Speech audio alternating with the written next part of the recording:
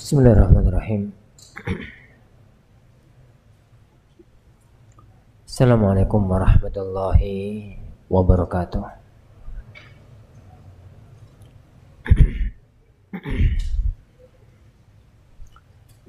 Innal hamdalillah nahmaduhu wa nasta'inuhu wa nastaghfiruh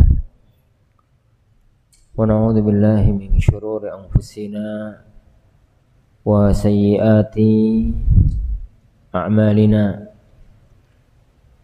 Man yahdihillahu fala mudilla lah wa man yudlil fala hadiya lah. Asyhadu an la ilaha illallah wahdahu la syarika lah wa asyhadu anna Muhammadan abduhu wa rasuluh. Allahumma salli wa sallim wa barik ala nabiyyina Muhammad wa ala alihi ila yaumiddin, amma ba'd. Akhwani wa akhwati fiddin, Allah wa iyyakum. Alhamdulillah, kita lanjutkan kajian kita mempelajari bersama matan Al-Ghayah wa Taqrib oleh Al-Imam Abi Syuja' rahimahullahu ta'ala dalam madhab Al-Imam Syafi'i rahimahullahu ta'ala. Beliau mengatakan faslun wal hajaru ala sittatin, dan hajar itu berlaku pada 6 orang. Yang pertama as-sabiyyu, anak kecil. Yang kedua al-majnun, orang yang gila. Yang ketiga was-safihu al-mubadziru limalihi, safih yang memubazirkan hartanya. Wal muflisu alladzi irtakabathu duyunu, dan orang yang bangkrut yang irtakabathu duyun, yang terlilit utang. Wal maridul makhufu alaih, orang sakit yang dikhawatirkan akan meninggal dunia. Fima zada ala thuluth, kalau dalam hal lebih dari sepertiga hartanya. Wal abdu alladzi lam yu'dzan lahu fit tijarah, dan seorang budak yang tidak diberi izin untuk melakukan perdagangan. Pembahasan yang ada di hadapan kita para ikhwatin azanillahu wa iyyakum adalah pembahasan tentang hajar, pembahasan tentang al-hajru. Apa itu hajar? Al-hajru secara bahasa artinya adalah al-man'u, menahan, melarang. Larangan, menahan. Secara istilah para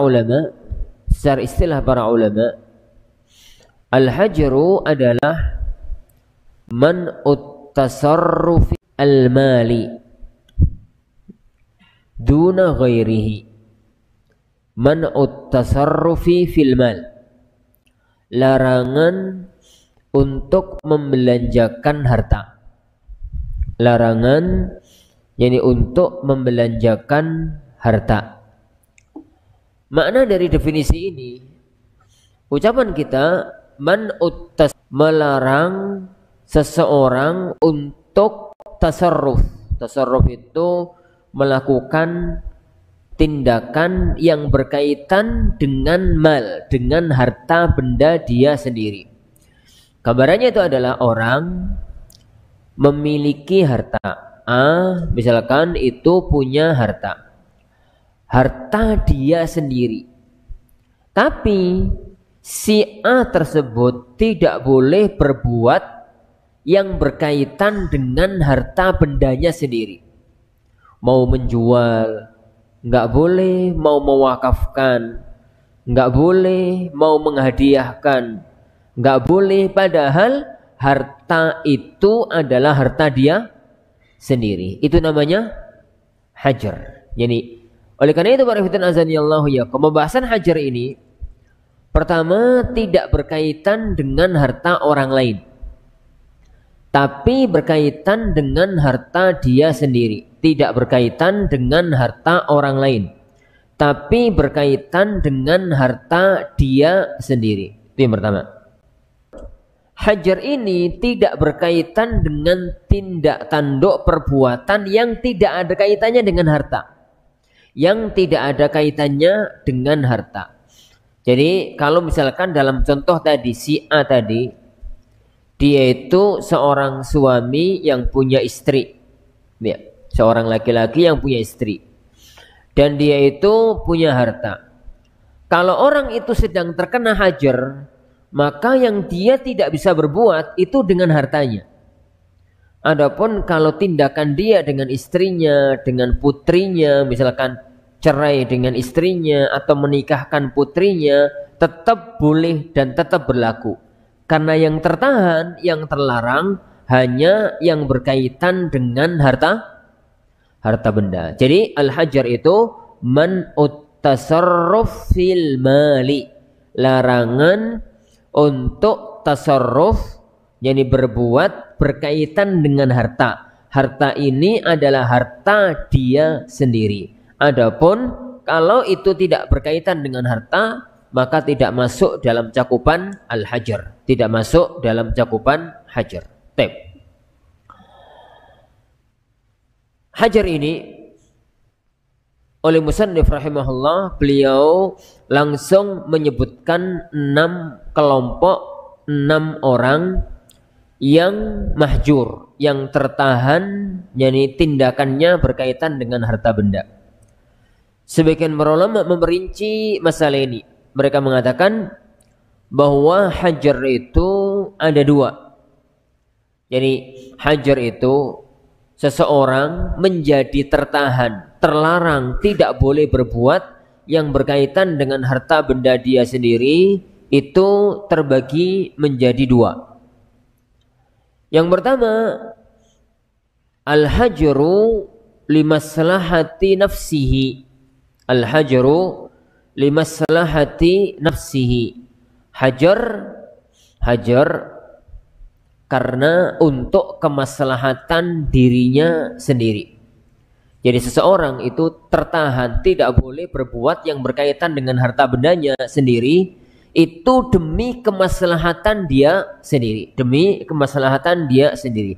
Dan ini 3 orang: sabi, majnun, safih. Lihat, sabiyun, majnunun, safih. Jadi 3 yang pertama ini pengelompokannya adalah orang yang mahjur, yang tertahan, tidak boleh bertindak yang berkaitan dengan harta dia sendiri, limaslahati nafsihi, untuk kemaslahatan dirinya. Yang kedua, al-hajru limaslahati ghairihi. Penahanan, pelarangan itu berkaitan dengan kemaslahatan orang lain, berkaitan dengan kemaslahatan orang lain. Dan mereka adalah muflis, marid, al-makhuf, dan abd. Jadi 3 yang pertama itu mahjur limaslahati nafsihi, 3 yang kedua itu mahjur limaslahati ghairihi, untuk kemaslahatan jadi orang lain. Radhiyallahu wa iyyakum. Lah, apa dalil yang melandasi masalah hajar ini? Apa dalil yang melandasi masalah hajar ini? Yang melandasi masalah hajar ini banyak dalil. Kita sebut satu aja agar jadi pembahasannya bisa lebih meluas dalam bab-bab yang lainnya. Tatkala Allah Subhanahu wa taala berkaitan atau berbicara tentang anak yatim. Anak yatim yang kaya. gitu ya. Anak yatim yang kaya. Anak yatim yang kaya itu gambarannya gimana ya? Orang yatim, anak yatim, yang namanya anak yatim itu ya belum balik, masih kecil. Yang kaya. Gambarnya gimana? Ada orang kaya raya, suami istri gitu ya, punya anak satu laki-laki, anaknya masih kecil, masih umur 2 tahun, masih umur 3 tahun. Orang tua tersebut, suami istri tersebut, keluarga tersebut kaya raya, punya perusahaan, punya toko, punya deposit, punya ini, punya itu, pokoknya duitnya banyak, hartanya banyak. Qadarallah, Allah mentakdirkan kedua orang tuanya meninggal dunia. Yani kedua orang tuanya meninggal dunia karena kecelakaan, karena COVID, atau karena yang lain, pokoknya meninggal dunia. Karena disantet gitu.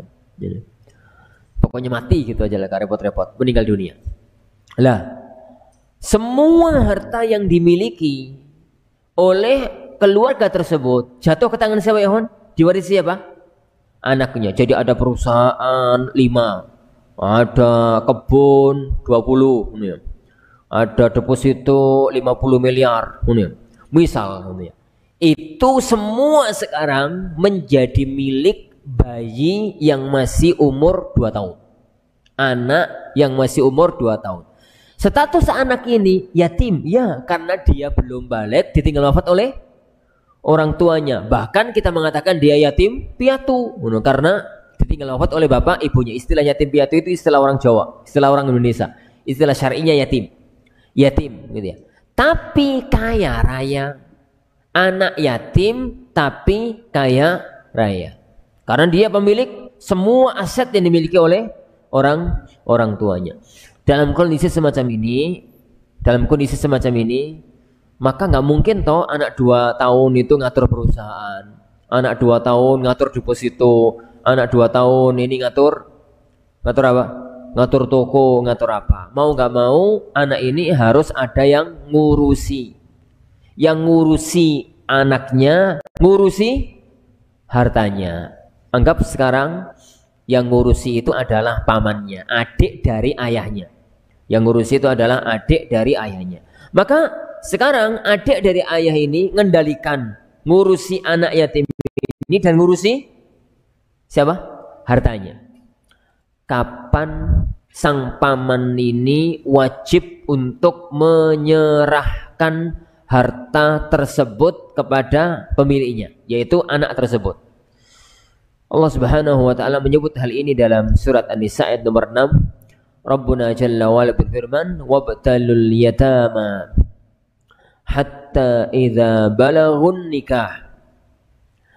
Dan ujilah si anak yatim tadi sampai tatkala mereka itu sudah berumur siap nikah, umur nikah, umur 23, 24, 25 gitu ya.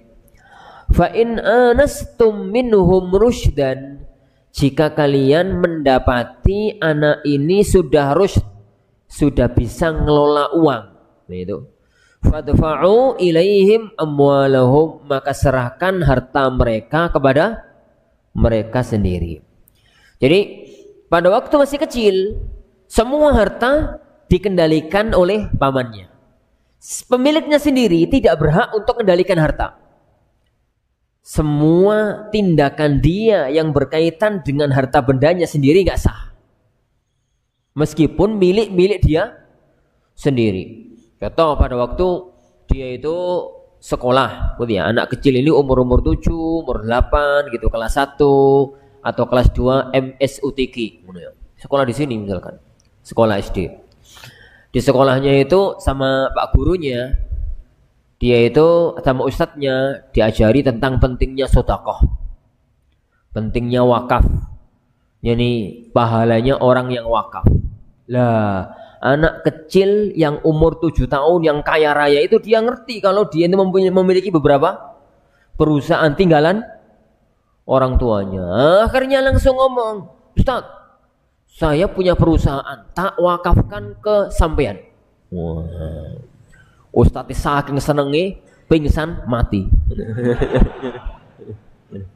Alhamdulillah. Jadi apa itu mengatakan, "Ustaz, pahala wakaf besar ya?" "Iya nak," gitu ya.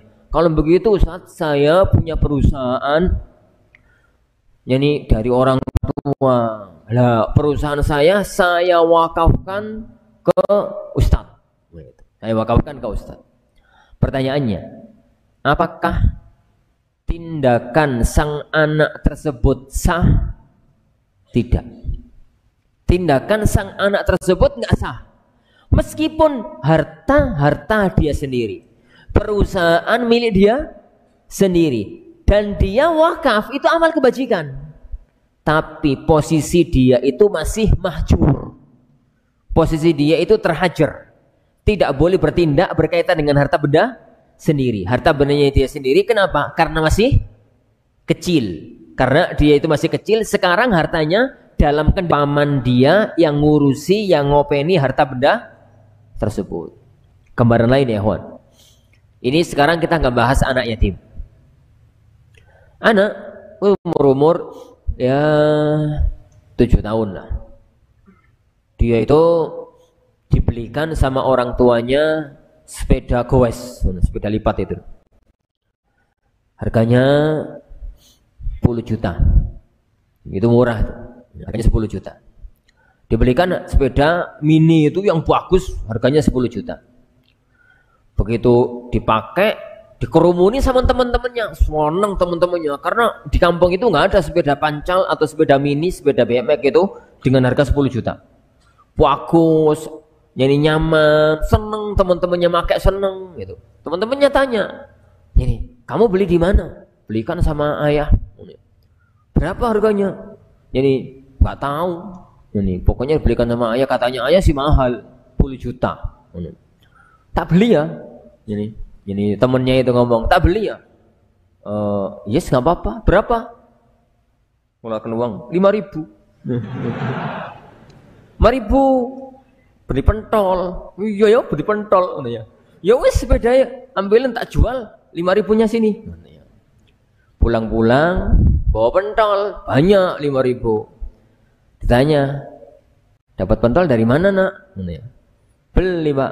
Dan sepedanya mana? Tak jual. Tak jual. Loh, dijual sama siapa? Sama temen.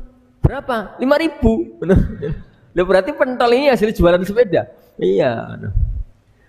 Bapaknya, ya namanya anak kecil ya, Wan. Bapaknya kemudian, sama siapa nak? Sama teman saya Fulan. Rumahnya di mana? Ini diantar sama rumahnya si Fulan.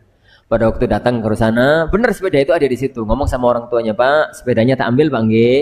Ambil, ini tadi duitnya 5.000. Nggak bisa, udah dibeli sama anak saya kok. Itu orang tuanya satunya keblek gitu. Udah bisa, pokoknya sudah dibeli milik saya sekarang. Nah, pertanyaannya sekarang, jual beli itu sah apa enggak? Enggak sah. Kenapa? Jadi anak itu pemilik dari sepeda. Sepeda itu milik dia sendiri. Sebenarnya ya akhwan, pemilik harta mau dikasihkan orang, mau dijual, mau disimpan, mau dihadiahkan, mau disedekahkan, ya terserah dia, wong harta-harta dia sendiri. Itu hukum asal. Tapi masalahnya anak kecil ini posisinya masih mahjur. Tertahan, dia itu posisinya masih hajar. Tertahan, tidak boleh bertindak, berbuat yang berkaitan dengan harta bendanya. Jual nggak sah, beli nggak sah, ngadiahkan nggak sah, mewakafkan nggak sah. Jadi semuanya tidak sah. Kenapa? Karena dia posisinya mahjur. Itu makna mahjur. Jadi man'ut tasarruf, yani man'ut tasarruf fil mal. Jadi larangan orang itu berbuat yang berkaitan dengan harta bendanya, gitu ya. Lah, kembali kepada ayat tadi. Kapan si paman itu menyerahkan harta anak yatim itu kepada dirinya? Ditunggu sampai balik. Kalau sudah balik dan sudah umur-umur kira-kira sudah bisa ngelola uang, maka sang paman itu diperintahkan oleh Allah Subhanahu wa taala, wabtalul yatama. Uji itu anak yang dulunya yatim itu sekarang diuji. Yani hatta idza balahun nikah, tatkala anak itu sudah umur-umur nikah. Sudah umur-umur nikah, kalau umur-umur nikah negeri kita kan 22, 23, yani 24, 25, umur-umur itulah yang laki-laki. Yani fa in anastum minhum rusydan, jika kalian wahai para wali, wahai para orang-orang yang ngurusi anak yatim itu mendapatkan anak kalian itu sudah rasyid. Sudah rasyid itu sudah bisa ngelola uang. Kabarnya begini, lulus SMA, kemudian lulus kuliah misalkan, lulus menyantren gitu ya, sudah lulus umur-umur 22, 23. Kemudian sama pamannya itu dikasih uang. Nah, ini ada uang 10 juta. Tak kasihkan ke sampean, terserah mau dipakai apa. Kalau bisa dikelola yang bagus ya. Ini terserah mau dipakai apa. Dapat uang 10 juta, dibelikan es cendol. Semuanya. Ya banjir Sarawak ini. Belikan es cendol semua dibagi teman-temannya, ya banjir Sarawak. Keesokan harinya seminggu kemudian ditanya sama pamannya, uangnya masih nak? Habis man. Untuk apa? Beli es cendol. Jadi beli es. Lo untuk apa? Tak bagi ke teman-teman. Oh, berarti anak ini belum bisa ngelola uang. Tunggu tahun kemudian atau setengah tahun kemudian sambil diajari bagaimana ngelola uang, diajak dagang, diajak ngelola toko gitu. Kemudian diserahkan kembali uang. 10 juta juga bisa ngelola. Dan ini tambah besar bisa ngelola. Akhirnya di umur 25 pamannya mengatakan, nak, gini sekarang toko yang sana itu kamu yang pegang, kamu kelola bagaimana cara mengembangkan toko tersebut. Oh iya, dikelola, bagus. Ini bisa gitu yang ngelola uang. Akhirnya didudukkan, anak, sekarang ini kamu sudah gede, waktunya nikah, sudah ini apa? Rasyid, sudah balik, sudah rasyid, sudah bisa ngelola uang. Sekarang tak tunjukkan harta kamu pada waktu kamu meninggal dunia. Kamu meninggal dunia. Pada waktu bapak kamu meninggal dunia dulu. Jadi bapak kamu meninggalkan ini, meninggalkan 5 perusahaan. Perusahaan ini itu milik kamu. Sebenarnya paman hanya punya 1. Jadi yang 5 itu milik kamu. Toko yang ditinggal orang tuamu itu toko sini.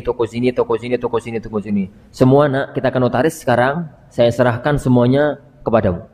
Saya serahkan semuanya kepadamu. Lah, itu namanya fadfa'u ilaihim amwalahum. Dan yang ngurusi anak yatim yang paling berat itu ini. Ini ngurusi anak yatim yang miskin itu berat. Tapi ngurusi anak yatim yang kaya jauh lebih berat. Kenapa? Karena harus megang amanat harta benda. Jadi harus benar-benar kuat jadi imannya. Ayat ini menunjukkan bahwa anak yatim tadi sebelum dia balik, sebelum dia besar, masih kecil, meskipun harta-harta dia sendiri belum boleh diserahkan kepada dia. Jadi dia belum bisa mengelola harta dia sendiri. Itu namanya hajar. Itu namanya hajar. Baik. Kembali kepada masalah yang kita bahas tadi. Kita bahas satu-satu. Hajar itu, kita katakan tadi, hajar itu ada 2. Hajar li maslahati nafsih. Yang kedua, hajar li maslahati ghairi. Hajar untuk kemaslahatan dirinya sendiri. Yang kedua, hajar untuk kemaslahatan orang lain. Hajar untuk kemaslahatan dirinya sendiri itu yang pertama anak kecil. Anak kecil. Bagaimana gambarannya anak kecil punya harta benda? Ya tadi yang saya gambarkan, anak yatim yang memiliki harta benda yang banyak, anak yang memiliki harta benda yang banyak. Atau gambarannya meskipun dia masih punya orang tua, tapi dia kaya. Anak ini masya Allah umur 3 tahun hafal Quran. Bisa. Anggaplah bisa. Jadi ada anak itu super jenius, anak ajaib. Umur 2 tahun itu lancar ngomong, misalkan gitu ya. Bicaranya lancar gitu. Umur 3 tahun itu baca Quran itu sudah fasih. Umur 4 tahun hafal Quran lancar banget. Ikut lomba, menang, gitu, masya Allah, viral internasional. Viral internasional, ada anak umur 4 tahun hafal Quran lancar.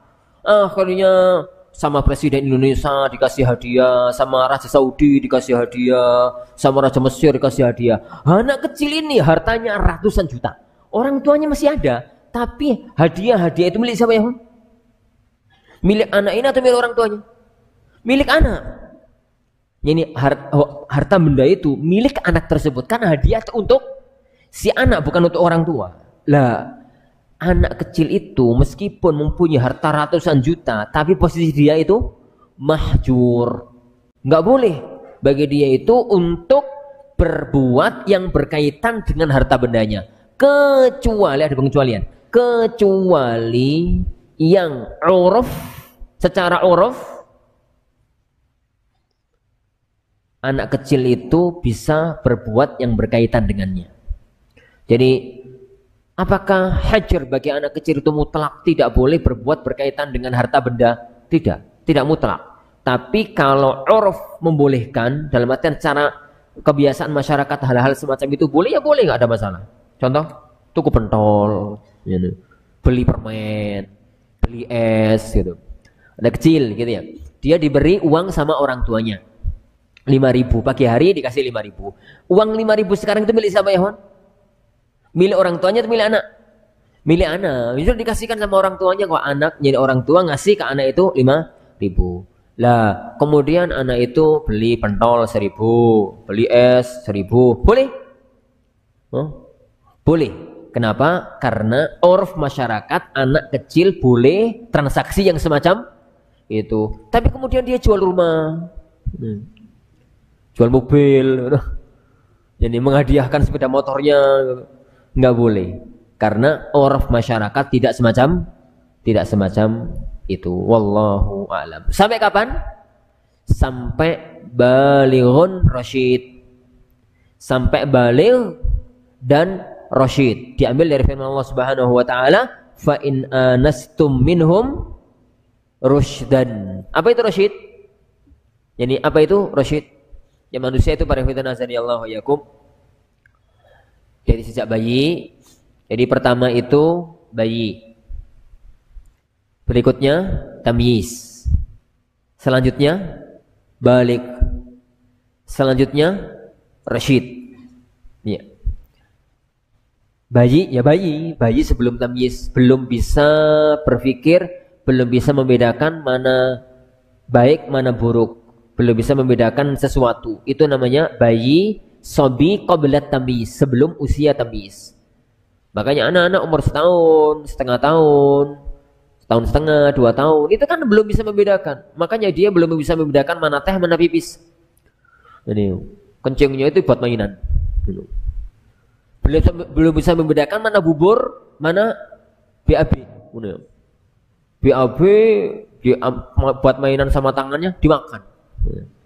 Itu anak kecil umur setahun setengah, karena dia belum tamyiz. Lah, kalau sudah mampu membedakan mana teh, mana pipis, mana BAB, mana bubur, jadi mana ini, mana itu, sudah ngerti lah. Ini makanan enak, ini makanan gak enak, ini makanan, ini batu, ya. Ini coklat, ini kerikil. Sudah ngerti, sudah mampu semacam itu, sudah diajak bicara, sudah nyambung. Lapar tau nak, sakitnya mana, sini, gitu ya. Mau apa? Mau es, gitu. Dibelikan roti nggak mau, maunya es, gitu ya. Sudah itu namanya usia tamyiz. Usia umur berapa ya, Wan? Oh ya, umur 6, umur 7, sekitar itulah umur-umur itu. Itu namanya bayi. Itu belum balik tapi sudah mumayyiz, sudah tamyiz, usia tamyiz. Naik lagi, masuk usia balik. Dinamakan dengan balik karena itu dia balagha sinnal faham. Dia sudah sampai usia memahami konteks pembicaraan. Diajak diskusi sudah nyambung, diajari ilmu-ilmu sudah nyambung, begitu ya. Diajak bicara yang nyambung dan macam-macam, itu balik. Taib. Lah, orang yang balik itu tidak semuanya bisa ngelola uang. Kemampuan bisa ngelola uang itu namanya rasyid. Orangnya itu rasyid. Orang yang nggak bisa ngelola uang itu namanya safih. Jadi balik tapi nggak bisa ngelola uang, itu namanya safih. Kalau balik bisa ngelola uang, itu namanya itu namanya rasyid. Jadi sampai kapan anak kecil itu tertahan, nggak boleh bertindak yang berkaitan dengan harta bendanya? Jadi sampai rasyid. Taib. Itu yang pertama. Yang kedua apa tadi, Hon? Majnun. Majnun, orang gila. Muncul pertanyaan, Ustaz, memangnya ada orang gila punya harta? Bahasan kita kan larangan bertindak yang berkaitan dengan harta benda dia sendiri. Kok pembahasannya majnun, orang gila? Memangnya ada orang gila punya harta? Gimana ya gambaran orang gila punya harta? Hah? Ya banyak lah ya orang gila punya harta. Ya kalau orang gila yang di jalan-jalan itu mungkin nggak punya. Tapi orang gila yang nggak di jalan-jalan itu bisa jadi punya. Ada orang ya kaya raya. Kaya raya. Kemudian orang tersebut terkena apa itu ya? Saingan bisnis, kalah dalam dunia bisnisnya, dia kalah sama temennya yang lain, sama orang lain. Iya. Jadi dia bangkrut. Sedikit dari hartanya bangkrut. Dasar orang nggak punya iman. Bangkrut dikit stres terus gila. Ini bangkrut kolap gitu, ekonominya kolap, sedikit dari ekonominya itu kolap, dia kemudian stres terus gila. Padahal hartanya masih banyak. Dia masih punya kebun, masih punya aset, masih punya villa, masih punya itu, tapi dia gila. Tapi keberadaan bahwasanya si fulan itu gila, apakah langsung berarti harta bendanya itu dimiliki orang lain? Enggak, tetap milik dia, tetap milik dia. Jadi orang gila ini ya punya rumah, ya punya villa, ya punya perusahaan, ya punya ini, tapi pemiliknya gila. Lah, orang gila ini itu mahjur. Tidak boleh bertindak yang berkaitan dengan harta bendanya. Enggak boleh, dia di tengah-tengah dia gila sambil ketawa-ketawa gitu. Jadi toko saya yang sana milik kamu loh. Oh itu. Sambil ngomong sambil dia setengah gila. Sah? Enggak. Kenapa? Ya karena dia gila. Gila itu lebih parah daripada anak kecil. Anak kecil itu masih bisa diajak ngomong, tapi anak orang gila kan nggak nyambung ngomongnya. Sampai kapan? Ya kan? Sampai kapan? Ya sampai hilang gilanya. Sampai sadar, sampai hilang gilanya. Yang ketiga, al-mariyal al-makhuf, orang yang sakit, yang dikhawatirkan dengan sakitnya itu akan meninggal dunia. Orang sakit parah yang dikhawatirkan dengan sakitnya itu dia itu kok salah. Salah. As-safih ya ikhwan. As-safih. Kita masih dalam poinnya mana? Poin yang pertama. Jadi sabi, majnun, yang ketiga ya ikhwan, safih. Safih ini orang yang enggak mampu ngelola harta. As-safihu al-mubadzir limalihi dalam bahasa beliau. As-safi itu orang yang nggak mampu, orang yang nggak bisa ngelola harta, orang yang tidak bisa ngelola harta. Meskipun dia balik, terkadang pintar, alim, tapi safi. Nggak semua loh orang pintar itu bisa ngelola harta. Gambarannya safi itu gimana ya Hon? Gambarannya safi itu gimana? Misalkan orang ini sudah pintar sebenarnya kerja. Karena pinter, gitu, otaknya jenius, gitu ya, pinter. Dia itu akhirnya lulus kuliah itu ditawari banyak perusahaan untuk kerja di tempatnya. Gajinya terserah minta berapa. Akhirnya dia masuk perusahaan, gajinya 20 juta misalkan. Contoh aja kok. Buat contoh terserah aku lah, nih contoh. Jadi contoh jadi dia itu gajinya 20 juta. Lah, kerja sebulan, akhir bulan dapat gaji 20 juta. Dia itu ngerti kalau kali dapat 20 juta. Dia ngerti kalau dia punya istri. Dia ngerti kalau dia punya anak satu. Dan uang 20 juta itu untuk kebutuhan rumah tangga selama sebulan. Udah gitu. Hari pertama dapat gaji gitu. Besok itu 15 juta dibawa ke masjid, ditaruh di masjid. Yang 4 juta dengan 19 ya dibagikan teman-temannya. Yang 1 juta dibawa belikan makanan habis 500.000 dibawa ke rumah. Tinggal 500.000 dikasihkan istrinya. Bener apa enggak ya? Lu enggak bener, dapat 2 hari uangnya habis. Setelah itu puasa maraton. Puasa wisol selama 25 hari. Mati ya. Orang semacam itu ya akhwan, pinter. Cari uang mungkin gampang, tapi orang semacam itu namanya safi. Orang nggak bisa ngelola harta, nggak bisa megang uang. Jadi dia itu nggak bisa megang uang. Dia itu tahu kalau gajinya 5 juta. Jadi mau beli sesuatu, ngambil yang pokoknya orangnya nggak bisa ngelola uang lah, nggak bisa ngelola harta. Orang itu namanya safi. Lah orang safi semacam itu, harta benda yang dia miliki tidak boleh untuk dia tasarrufkan sendiri. Tidak boleh jadi untuk dia tasarrufkan sendiri. Kenapa? Karena demi kemaslahatan dirinya. Kasihan siapa? Istrinya. Kasihan jadi anaknya. Terus gambaran yang semacam tadi bagaimana? Kalau memang sudah kedapatan semacam itu, sang istri itu nasihati suaminya, mas uang 20 juta kok habis 2 hari gimana sih? Yo banyak gini loh, ngaturnya itu gini loh, diajari sama istrinya. Kebetulan istrinya pinter, istrinya bisa ngatur uang. Ini tetap nggak bisa. Gini aja mas, wis dapat 20 juta kasihkan saya wis. Jadi nanti saya ngelola daripada ada sampean habis terus. Jadi ternyata nggak mau. Kalau benar-benar semacam itu sudah 2 bulan 3 bulan puasa maraton, gitu ya, maka sang istri boleh membawa kasus ini ke pengadilan. Dia katakan, Pak Hakim, suami saya safih. Apa buktinya? Gini. Ditelaah sama hakim. Lah kalau hakim sudah menelaah, maka hakim bisa menetapkan hukum bahwasanya memang si A orang safih, maka hakim berhak memerintahkan kepada perusahaan. Jadi kami hakim fulan, ibnu fulan, hakim kota Gresik menetapkan nama fulan karena alasan gini, kami tetapkan bahwasanya si A ini pinter-pinter tapi goblok. Nah. pinter tapi safi, gitu ya. Pinter tapi safi, nggak bisa ngelola uang. Maka harap pihak perusahaan tidak memberikan gaji kepada dia. Gaji, yani bisa langsung ke istrinya atau gaji diserahkan kepada kami untuk kami berikan kepada istrinya sedikit demi sedikit. Yani untuk belanja rumah tangga. Itu berhak bagi seorang hakim melakukan tindakan yang semacam itu. Nggak selesai juga ternyata. Alakulin ikhwan. Jadi yang di hadapan kita adalah tentang safi. Poin yang pertama yaitu limaslahati siapa ikhwan?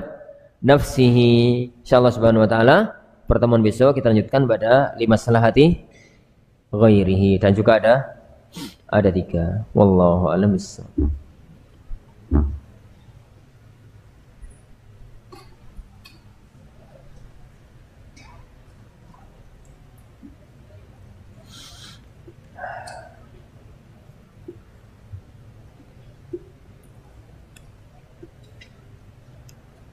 Apakah boleh kita menggunakan akad salam pada jual beli online? Boleh dengan apabila terpenuhi syaratnya.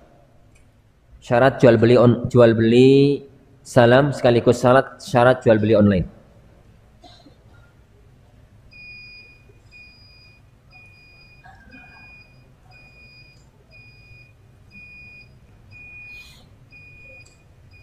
Apakah boleh kita memakai harta anak yatim untuk keperluan anak yatim? Maksudnya anak yatim itu sendiri gitu ya. Dan keperluan kita